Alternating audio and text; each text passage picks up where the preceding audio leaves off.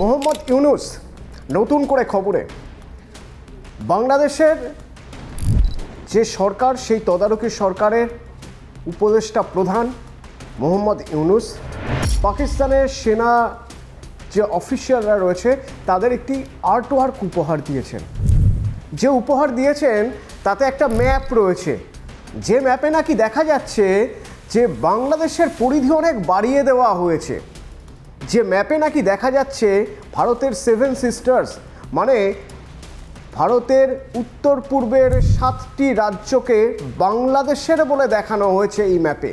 জানিয়ে তোলপাড় চলছে, জানিয়ে নেট দুনিয়ায় বিভিন্ন রকম কাদা ছড়াছড়ি চলছে, প্রশ্ন উঠছে, বিতর্ক তৈরি হচ্ছে যে বাংলাদেশ এই ম্যাপটা নতুন করে এরকম করলো কিভাবে। হঠাৎ করে এরকম একটা ম্যাপ কেউ বানাতে পারে? এর আগে চীন বহুবার এরকম ম্যাপ প্রেজেন্ট করেছে, দুনিয়ার সামনে দেখানোর চেষ্টা করেছে, যেখানে তারা দেখিয়েছে আমাদের একেবারে উত্তর পূর্বের উপরের দিকের অরুণাচল, মিজোরাম, নাগাল্যান্ডের কিছুটা অংশ, বিশেষত অরুণাচলের কিছুটা অংশ নাকি চীনের মধ্যে ডিস্টর্ট করা হয়েছে ম্যাপ। এক্ষেত্রেও একই অভিযোগ উঠছে যে ম্যাপ নাকি পাকিস্তানের সেনাধিনায়কদের হাতে তুলে দেওয়া হয়েছে, সেই ম্যাপে বাংলাদেশের আর ভারতের সীমান্তের জায়গায় গড়বড় করা হয়েছে। দেখানো হয়েছে ভারতের 7টা রাজ্য অর্থাৎ 7 সিস্টার উত্তর পূর্বের, সেগুলো নাকি বাংলাদেশের সীমানার মধ্যে। আচ্ছা, জেনে শুনে কেউ এরকম কেন করবেন? তার মানে কোথাও কি এটা বোঝানোর চেষ্টা হচ্ছে যে ভারতকে এবার উত্তর পূর্বে বেশি করে নজর দিতে হবে, কারণ ভারতের উত্তর পূর্ব সীমান্তে খুব খারাপ একটা সিচুয়েশান তৈরি করার চেষ্টা করছে প্রতিবেশীরা? তারই কি ইঙ্গিত? বিভিন্ন সূত্র সেরকম ইঙ্গিত দিচ্ছে। প্রথমে জানতে হবে যে ভারতের এই উত্তর পূর্বের 7টি রাজ্য কেন গুরুত্বপূর্ণ। অবশ্যই গুরুত্বপূর্ণ, তার কারণ চীন সমুদ্রে আসার জন্য বা সমুদ্র পথ পর্যন্ত পৌঁছানোর জন্য, পণ্য নিয়ে আসার জন্য যদি এই 7টা রাজ্যের ভিতর দিয়ে আনতে চায় তাহলে তাদের পক্ষে সহজ হবে। বারবার সেই চেষ্টা করে এসেছে, ভারত রাজি হয়নি চীনের সঙ্গে কোনো রকম এরকম পণ্য পরিবহনের কোনো সমঝোতায় আসতে। কিছুদিন আগে আপনাদের মনে থাকবে বেজিংয়ে গিয়ে মোহাম্মদ ইউনূস তিনি বলেছিলেন যে ভারতের এই যে উত্তর পূর্বের 7টা রাজ্য, এই 7টা রাজ্য তো জল পাবে না, মানে জল পর্যন্ত, জলভাগ পর্যন্ত পৌঁছতেই পারবে না যদি বাংলাদেশ চায়। সরাসরি হুমকি, প্রচ্ছন্ন হুমকি। কিভাবে ব্যাখ্যা করবেন? কোথায় দাঁড়িয়ে বলছেন? বেজিংয়ে দাঁড়িয়ে। চীন আর বাংলাদেশের মৈত্রীর সম্পর্ক থাকতেই পারে, প্রতিবেশীদের মধ্যে মৈত্রীর সম্পর্ক। 1971 সালের পরে এই প্রথম পাকিস্তান আর বাংলাদেশের মধ্যে একটা ভালো সম্পর্ক দেখা যাচ্ছে। ভারতের জন্য তো ভালো, ভারতের প্রতিবেশী রাষ্ট্রগুলো তারা সবাই তাদের সঙ্গে সুসম্পর্ক বজায় রাখছে। ভারতও তো শান্তির কথাই বলে, ভারত তো চায় না কারোর সঙ্গে অশান্তি করতে, কিন্তু প্রতিবেশী দেশগুলো কি সত্যি ভারতের সঙ্গে সুসম্পর্ক রাখতে চায়? প্রতিবেশী দেশগুলো কেন উত্তর পূর্বকে টার্গেট করছে? প্রচুর পরিমাণে প্রাকৃতিক খনিজ সেখানে রয়ে গিয়েছে। হিমালয়ের যে অংশটা আমাদের উত্তর পূর্ব ভারত বলে পরিচিত, এই 7টি রাজ্যে প্রচুর পরিমাণে আকরিক রয়েছে, প্রাকৃতিক খনিজ রয়েছে, যা ভারতকে সমৃদ্ধ করছে। শুধু কয়লার কথাই যদি আমরা বলি তাহলে বলতে হবে যে এই অসম আর মেঘালয়ে 1.1 বিলিয়ন টন কয়লা রয়ে গিয়েছে এখনো পর্যন্ত মাটির তলায়, যা অত্যন্ত গুরুত্বপূর্ণ। আচ্ছা, এই উত্তর পূর্বকে বরাবর অশান্ত করার চেষ্টা হয়েছে।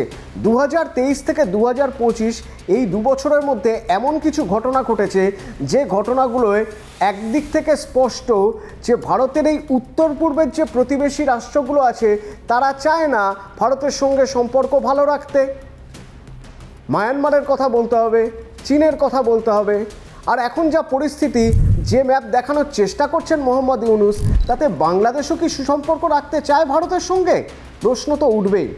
তো এই 2023 থেকে 2025-এর কয়েকটা ঘটনার কথা যদি আমরা উল্লেখ করি তাহলে আরও স্পষ্ট হবে বিষয়গুলো। প্রথমত, মণিপুরের অশান্তি। এই মণিপুরে অশান্তি চলছে মেইতেই আর কুকিদের মধ্যে, যাতে সরকারিভাবে 200 জন মারা গিয়েছেন এবং 60,000 মানুষ ঘর ছাড়া হয়েছেন, গৃহহারা হয়ে গিয়েছেন। এই যে সংঘর্ষ চলছে, লাগাতার অশান্তি চলছে, এই অশান্তির জন্য তো অ্যামিউনেশন লাগে, অস্ত্র লাগে। সেই অস্ত্র আসছে কোথা থেকে? বিচ্ছিন্নতাবাদীদের হাতে অস্ত্র তুলে দিচ্ছে কারা? সীমান্তের ওপার থেকে অস্ত্র আসছে। এই অস্ত্র কোথা থেকে আসছে? বেশ কিছু রুট গোয়েন্দারা বলছেন, তার মধ্যে অন্যতম গুরুত্বপূর্ণ রুট হলো মায়ানমার থেকে অস্ত্র আসছে, ট্রেনিং নিয়ে আসছে মায়ানমার থেকে বিচ্ছিন্নতাবাদীরা, এবং সেই ট্রেনিং কাজে লাগাচ্ছে মণিপুরে অশান্তি করতে। নাম্বার 2, মায়ানমার প্রসঙ্গ যখন উঠলই, মায়ানমার মোড়ে রুট, এই মায়ানমার মোড়ে রুট দিয়ে বিপুল পরিমাণে অস্ত্র ঢুকছে। কোথায় ঢুকছে? ঢুকছে মণিপুরে আর নাগাল্যান্ডে। শুধুমাত্র অস্ত্র ঢুকছে তা নয়, পাচার এবং চোরাচালানের একটা অত্যন্ত সুগম পথ এই মায়ানমার মোড়ে রুট, যে রুট মাথা ব্যথার কারণ হয়ে দাঁড়িয়েছে ভারতীয় গোয়েন্দাদের। ক্রমাগত নজরদারি চলছে, কারণ বেশিরভাগ অস্ত্রই আসছে এই রুট দিয়ে। 3 নম্বর, অসম মায়ানমার বর্ডার। এই বর্ডার খুব গুরুত্বপূর্ণ। কেন গুরুত্বপূর্ণ? তার কারণ মায়ানমারের সঙ্গে অসম, আমাদের দেশের সবচেয়ে বেশি যে জায়গাটা সীমান্ত, তা হচ্ছে অসম বর্ডার। অর্থাৎ অসম রাজ্যের এই বর্ডার মায়ানমারের সঙ্গে আমাদের সংযুক্তি করছে। এই বর্ডার থেকে প্রচুর পরিমাণে মানুষ ঢুকছেন এপাশে, প্রচুর পরিমাণে টাকা ঢুকছে, প্রচুর পরিমাণে অস্ত্র ঢুকছে, যা এখানে যারা বিচ্ছিন্নতাকামী তাদের মদত দিচ্ছে। 2টো জায়গার নাম বলবো, সাগাইং আর কাচিং। সেখান থেকে পাওয়া গিয়েছে ডিটোনেটার, এবং পরীক্ষা করে দেখা যাচ্ছে এই ডিটোনেটারগুলো চীনে তৈরি ডিটোনেটার পৌঁছে যাচ্ছে আমাদের অসমে। স্যাটেলাইট রেডিও পাওয়া যাচ্ছে, স্যাটেলাইট রেডিওর ম্যানুফ্যাকচারিং দেখা যাচ্ছে মেড ইন চায়না। অর্থাৎ চীন থেকে মায়ানমার ঘুরে অসমে ঢুকছে এবং তারপরে বিভিন্ন জায়গায় ছড়িয়ে পড়ছে। পুরো উত্তর পূর্ব অশান্ত করার একটা চক্রান্ত চলছে, ষড়যন্ত্র চলছে। আরও একটা পয়েন্ট, আসামের কথা বলছিলাম আপনাদের, আসাম আর বাংলাদেশ বর্ডার। এই বর্ডার থেকে যদি আমরা আসি, একটা গুরুত্বপূর্ণ জায়গা হলো এখানে বরপেটা আর গোয়ালপাড়া। এই বরপেটা আর গোয়ালপাড়ায় তদন্তকারীরা সেফ হাউস পেয়েছেন, অর্থাৎ যেখানে শেল্টার নেওয়া যায় অন্য দেশ থেকে এসে, এবং শেল্টার নিলেও এখানকার পুলিশ কিছু জানতে পারবে না, তার কারণ লোকাল হ্যান্ডলার যারা রয়েছে তারা তাদেরকে সেফ রাখবে, নিরাপদ সুরক্ষিত রাখবে। কাদের রাখা হচ্ছে তাদের যারা অশান্তিতে মদত দিচ্ছে।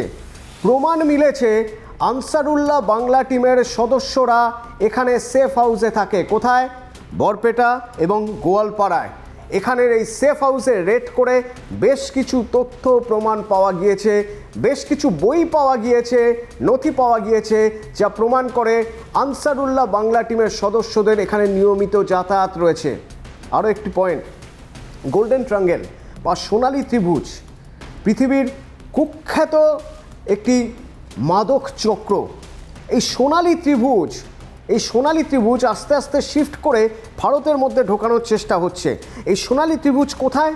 না, আইজল আর ইম্ফলে এই সোনালী ত্রিভুজ ধীরে ধীরে তার শাখা প্রশাখা ছড়াচ্ছে, মাদকের ব্যবসা বাড়ছে, একটা প্যারালাল ইকোনমি তৈরি হচ্ছে, অর্থনীতির অনেকটা অংশ জুড়ে থাকছে এই মাদক বা মাদক বিক্রির টাকা, মাদক পাচারের টাকা, যা অশান্তি ছড়ানোর জন্য যথেষ্ট। কারণ এই টাকা, এই কালো টাকা অস্ত্র কেনার কাজে ব্যবহার হচ্ছে, এই কালো টাকা এক্সপ্লোসিভ কেনার কাজে ব্যবহার হচ্ছে, টিম মেম্বার বাড়ানোর কাজে ব্যবহার হচ্ছে, সেই টিম যারা অশান্তি পাকাবে। অরুণাচল চীন বর্ডার, এই অরুণাচল চীন বর্ডার এমন একটা জায়গা যেখানে বারবার দেখা যাচ্ছে চীনের আর্মি তারা এই বর্ডারে তাদের পরিকাঠামো তৈরি করছে, নতুন নতুন বাড়ি তৈরি করছে, নতুন বেশ কিছু ক্যাম্প তৈরি করছে, ব্যারাক তৈরি করছে।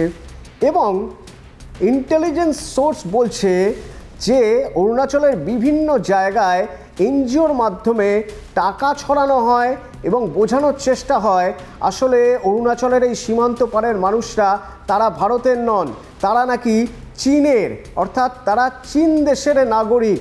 এটা বোঝানোর জন্য এনজিওদের মদত দেওয়া হয়, টাকা দেওয়া হয়। আচ্ছা, এই যে ভারত একটি বাঁধ দিতে চলেছে, সেখানে বাঁধ বানাতে চলেছে, সেই বাঁধ বা সেই ড্যাম যাতে না করা হয় তার জন্য সাধারণ মানুষকে খেপিয়ে তোলার কাজ করছে নাকি এনজিও, এবং নাকি সেই এনজিওকে মদত দিচ্ছে চীন।